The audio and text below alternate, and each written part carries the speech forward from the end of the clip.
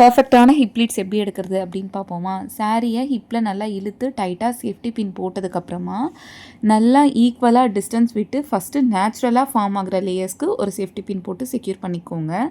அதுக்கப்புறமா நீங்கள் உங்களுக்கு கிடைக்கக்கூடிய ஆர்டிஃபிஷியல் லேயர்ஸை ட்ரை பண்ணுங்கள். நான் வந்து ரொம்ப நிறைய ப்ளீட்ஸ் அப்படிலாம் எடுக்கலை, ரொம்ப கச்ச கச்சட்டெல்லாம் அந்த மாதிரி எடுக்கலை. ஏன்னா இது ஒரு டிஷ்யூ சில்க் ஃபேப்ரிக். ஸோ இதில் ரொம்ப இழுத்து நிறைய நான் வந்து போட்டேன் அப்படின்னா சாரீ செம்மையாக டேமேஜ் ஆகும். அந்த மாதிரியான ஃபேப்ரிக் தான். ஸோ நிறைய ப்ளீட்ஸ் இல்லாமல் நல்லா ஈக்குவலாக டிஸ்டன்ஸ் விட்டு மெயின்டைன் பண்ணி நான் ஒவ்வொரு லேயராக இழுத்து சேஃப்டி பின் போட்டுக்கிட்டேன். அதுக்கப்புறமா சென்டர் ப்ளீட்ஸை நல்லா இழுத்து அரேஞ்ச் பண்ணிவிட்டு அதுக்கப்புறமா ஹிப் ப்ளீட்ஸை டக்கின் பண்ணிக்கிறேன்.